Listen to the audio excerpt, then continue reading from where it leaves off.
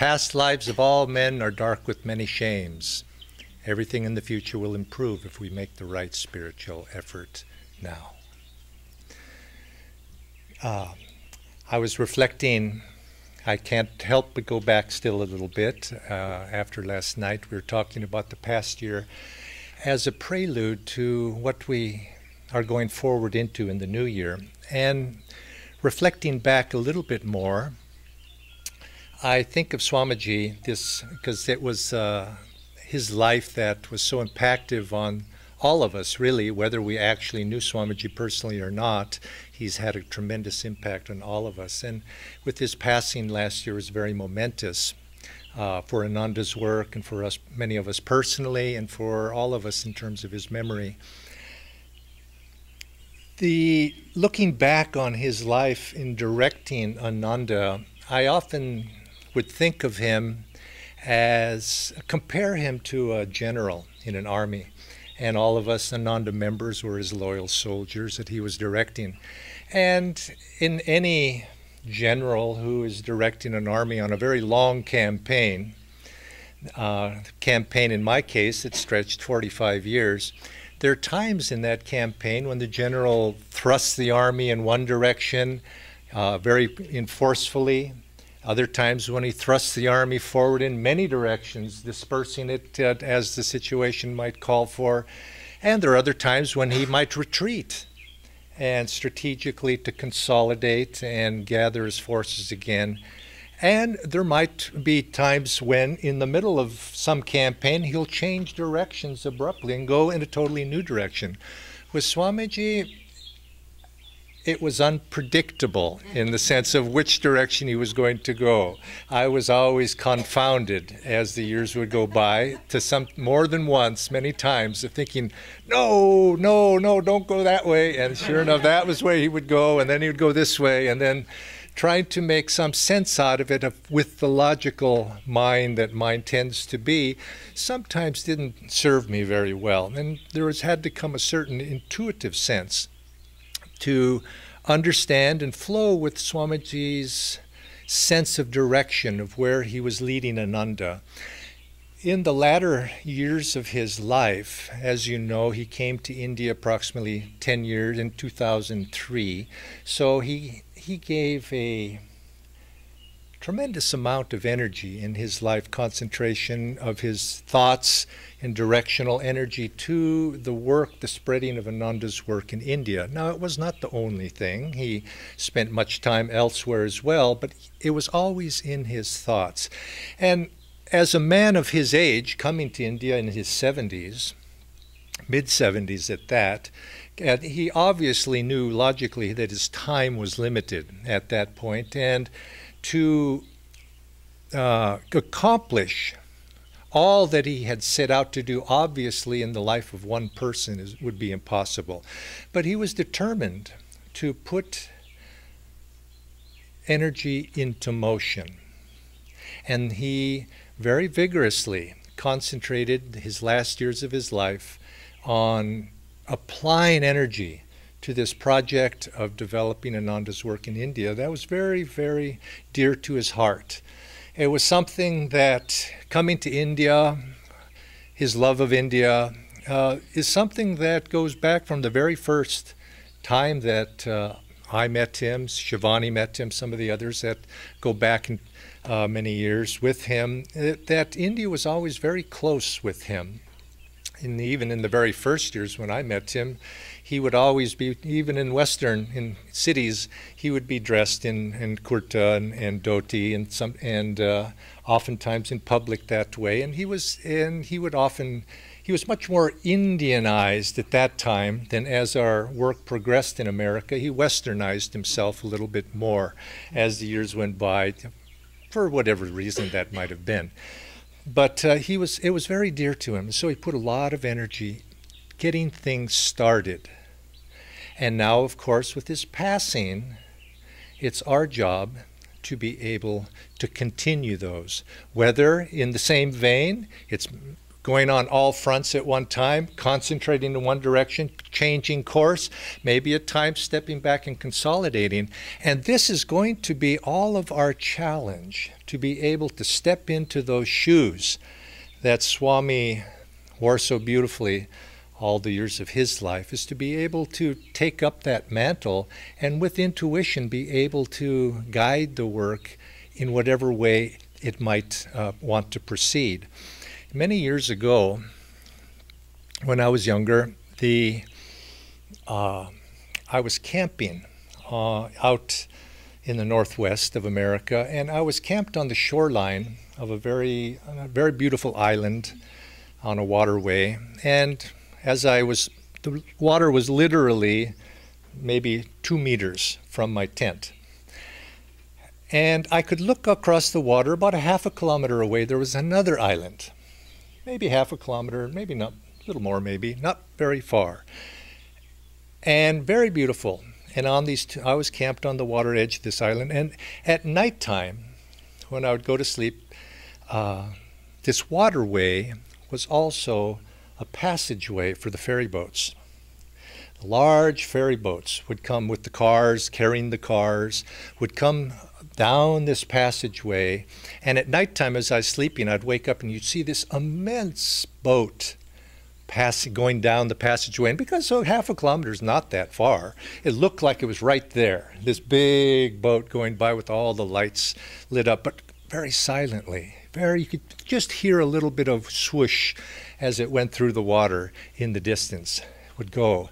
And I'd lay there, and about a minute would pass. 30 seconds to a minute would pass. Everything was calm. Then all of a sudden, the waves of the wake of that boat would begin to splash onto the shoreline right next to my tent. But it would take a little while, because as that large liner, that large ferry boat passed, its wake trailed far behind it. And it's in the same way that Master's coming into this world, Swamiji following him in his wake, adding to it, and he passes on, but yet it doesn't end when Swamiji passes on into the other world. It continues, and that wake continues to splash up on the shore. A disciple once asked, or disciples asked, or Master said to the disciples that after he was gone, now that he no longer had this physical body, he could actually in many ways be closer to the disciples than when he was with them in the physical body. For those who thought him near, he would be near.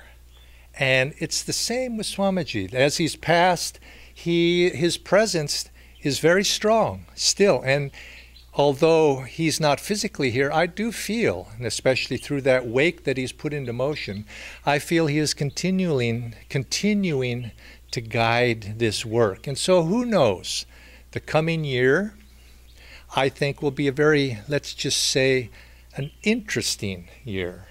I don't know what that interesting means, but you know how the old Chinese saying, it's a blessing or is it a curse to live in interesting times.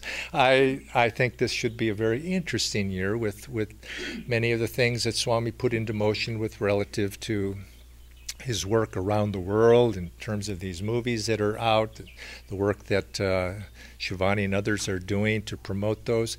We'll see what happens with that. But in one way or the other, whether it's immediate or whether it's in the years ahead beyond 2014, I think we will be seeing that lapping of those waves, of that wake that Swami's life put into motion will begin to lap upon our shores, whether individually or organizationally. Now, if we look back, let's look back at this previous year, 2013. Here I'm a year ahead already. 2013. If we look back, think about some of the things we've done. It seems, when you're here in the midst of things day by day, it seems like, gosh, it's going so slow. Why does it take so long? Why can't it go faster? But if you look back in this last year, well, we started a new center in Chennai, started a new center in Bangalore. We found a new center in Gurgaon, just about a year, maybe a little bit, a year and a few months in Gurgaon, a new center there. We have a new center now in Delhi.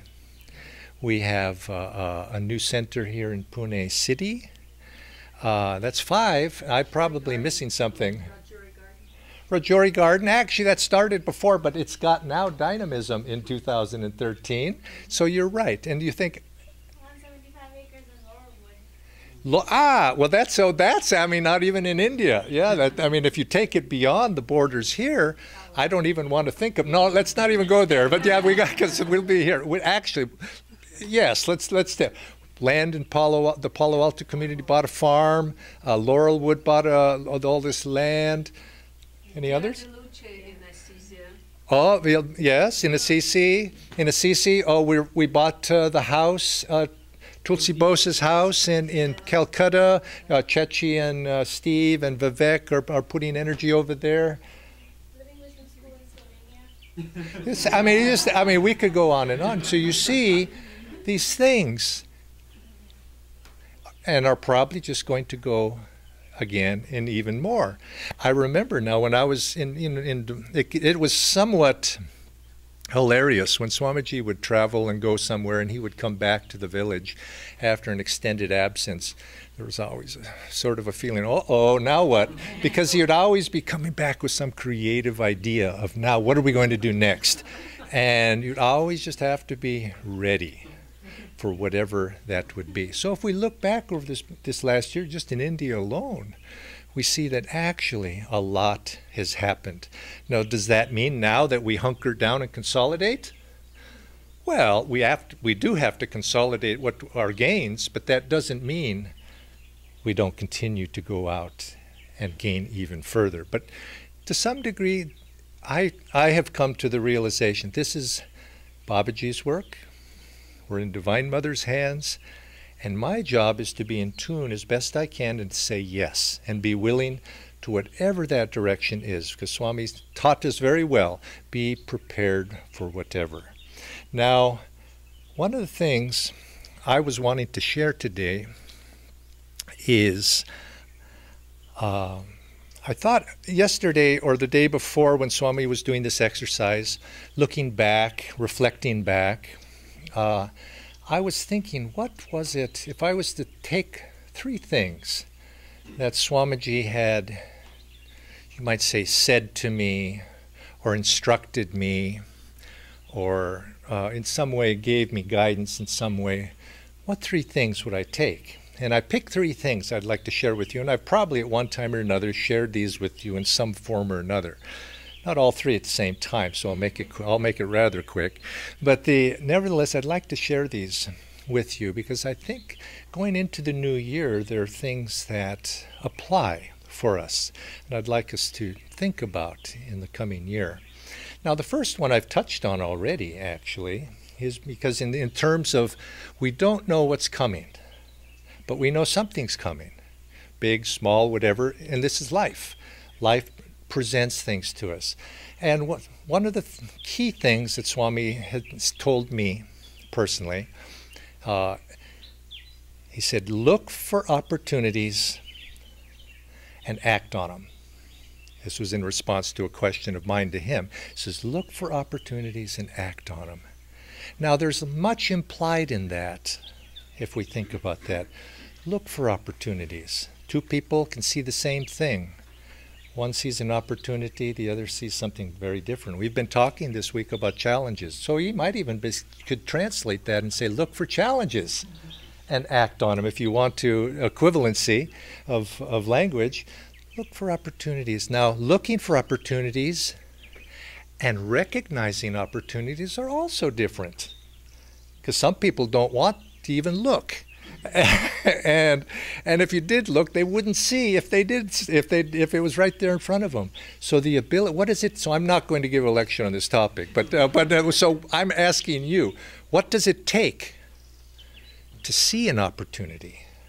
What does it take to give you the courage to look for opportunities? And then if you do see an opportunity, what does it take to respond to that opportunity?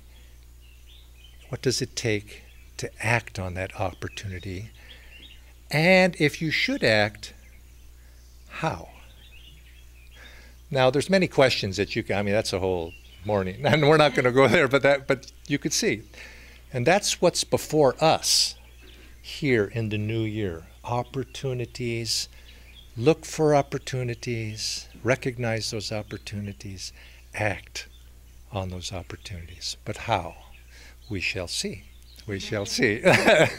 So that's one I'd like to share with you. The second one is something you might say it could relate to this last question of how, in terms of how we live our daily life, which is in a sense always in response to opportunities that come to us. He once told me a personal conversation about an issue that came up with me. He said, if you cannot rely upon the support of your friends in times of trouble, when can you rely upon it? And so what he was telling me was, we have to show friendship, we have to give friendship, we have to support one another in friendship. And that friendship that has to be expressed with one another. And we rely upon that as, you could say, as a community. Ananda is a community work, as a group of people that is going out. The fundamental, you might say, strata or foundation of our work together is we're Kriya bonds, we're disciples, but I hope also, on a very fundamental level, we're also spiritual friends. And as friends, if we do not support each other in friendship, we will not be successful. And I look back upon Ananda's work over 47 years, 45, 6, anyway, of years. And I see that Ananda, in general, we've been pretty successful. We've been very successful. Swamiji's leadership is certainly a key element of that. But it's also been based on this spirit of friendship. It's a group of people, small, medium, larger, many now around the world, that have been friends, serving together. Shivani and I, we've been friends a long time. There's others like this that are around the world that we've been serving, and I can count, I know I can count on their support. They probably disagree once in a while, but that's not what we're talking about. We're talking about that spiritual support of helping one another, trusting one another's intentions. Sometimes if we do disagree, we trust one another's intentions. We realize that when the chips are down, as they like to say, when the chips are down, I can count on that support to bolster me up at times when I'm in need. And at the same time, it's my duty, responsibility, spiritual responsibility to also offer that support and friendship one another. Because this is what ultimately, when all of this organizational stuff goes kablooey and is long forgotten, what remains?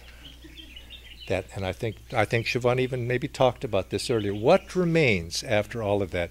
It's this spiritual friendship that we will find ourselves together 10 lifetimes from now in some situation. And someday that will come when we'll remember, wasn't that something when we were doing such and such, or maybe we're in the astral world by that time.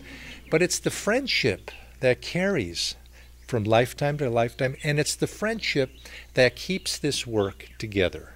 It keeps the work together, and it's this friendship that will make it strong, because whether this place is grandly successful in a beautiful retreat, but if you don't have people here or friends, it's not worth it. It's not worth it. It has to be based upon friendship. And what makes friendship? Mutual love and support, harmony, caring for one another, two hearts walking in unity toward that similar goal. So we're Guru Bhais, and so we're friends. So keep this in mind as we go into the next year. Be kind to one another. Support one another. This is what ultimately will last as the months and the years go by. And this is what you'll remember. And this is what you'll cherish. It's those relationships that we build with one another over time. I look back to 19, pick a year, 72, 80. I can't remember what was going on, but I can remember my friends. I can remember serving together with people, and I can remember all of the different things that were going on. And that's what sticks with me in memory. And I'm sure when I'm in the astral world beyond this lifetime and I look back, I think that's what I'm going to remember. And as we pass out of this world, I think that it's that love that friendship is based upon that we carry with us. And so let's, in the coming year, let's be friends, meditate what that means, and let's act as friends. And friendship needs to be expressed. Master said an interesting thing. It's about friendship. Friends are mutually useful. They're mutually useful.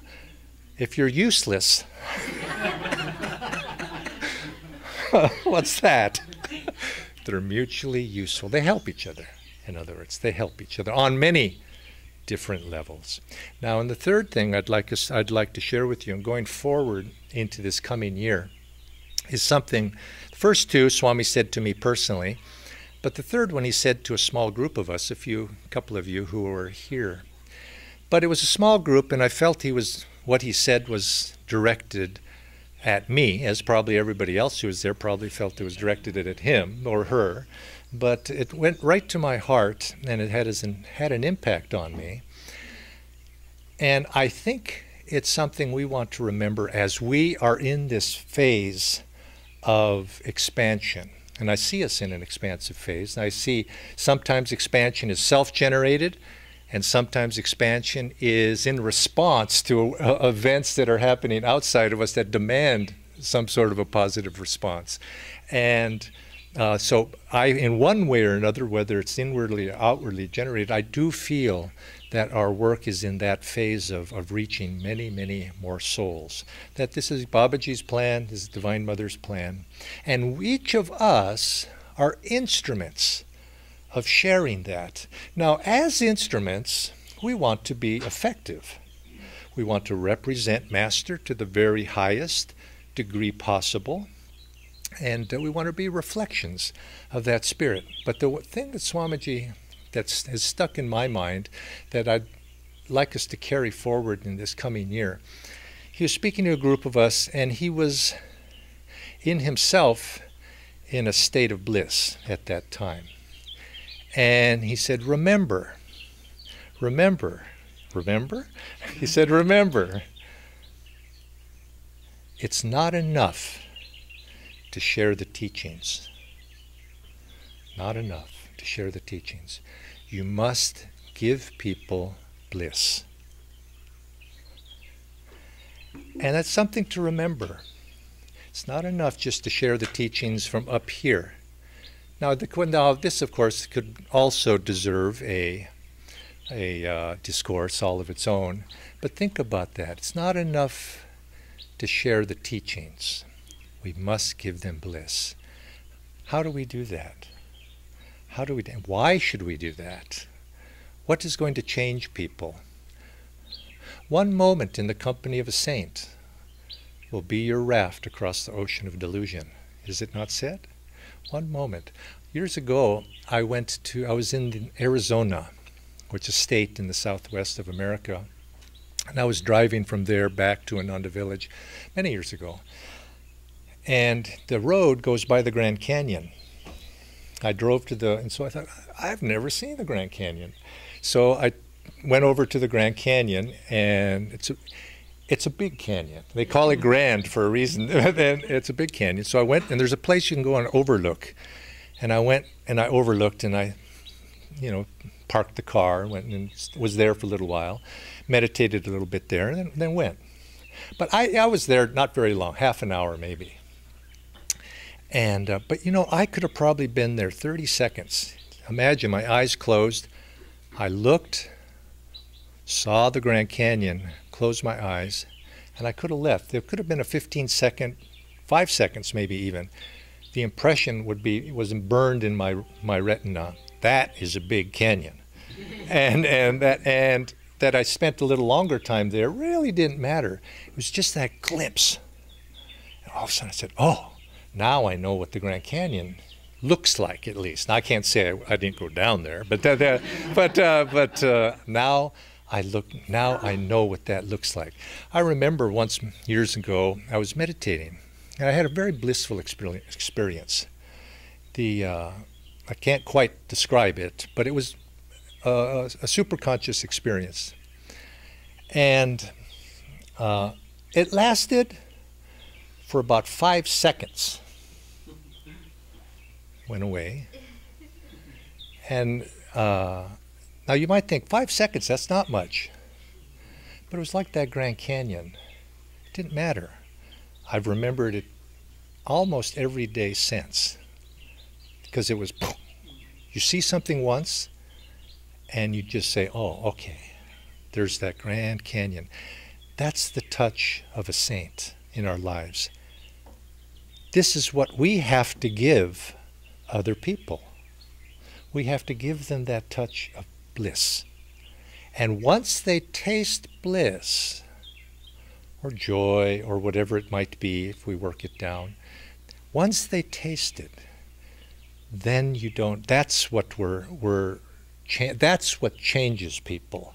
That's what changes us, and this is why we have these practices, we have these techniques, is to have that touch. God's touch is what we need to give other people. And again, how do we do that? Well, I'm going to throw that out to you, maybe perhaps to think about and discuss, but I think you know where that discussion would go, don't you? I mean, I hope you do. You know how in order to do that, we have to be able to have something to share. Because this work could be very grand, very big. Could have thousands and hundreds of thousands of people. But if we don't give them bliss, what is it? What is it really? And to be able to produce, if this work could produce somebody like a Swami Kriyananda, everything would be worth it. Master was able to produce a Swami Kriyananda. He was able to produce a Rajasi, all the Jnanamata. That is the mark of a true master, a true guru, a true saint, great saint. To be able to, a saint is known by the quality of his disciples. So if each of us want to represent this work in the coming year, if we want to honor Swamiji's legacy, we have to express that outwardly, yes, but we also have to go forward with what is the real important thing that we have to share. And that's that legacy of bliss, that legacy of joy that Swami expressed in his life. And so let's carry that message forward. Whatever wake that large ocean liner of Swamiji passing through our lives produces, let's ride that wake. Let's recognize it. It's an opportunity. Let's do it as friends. And let's do it in a spirit of bliss and joy. Many blessings to all of you.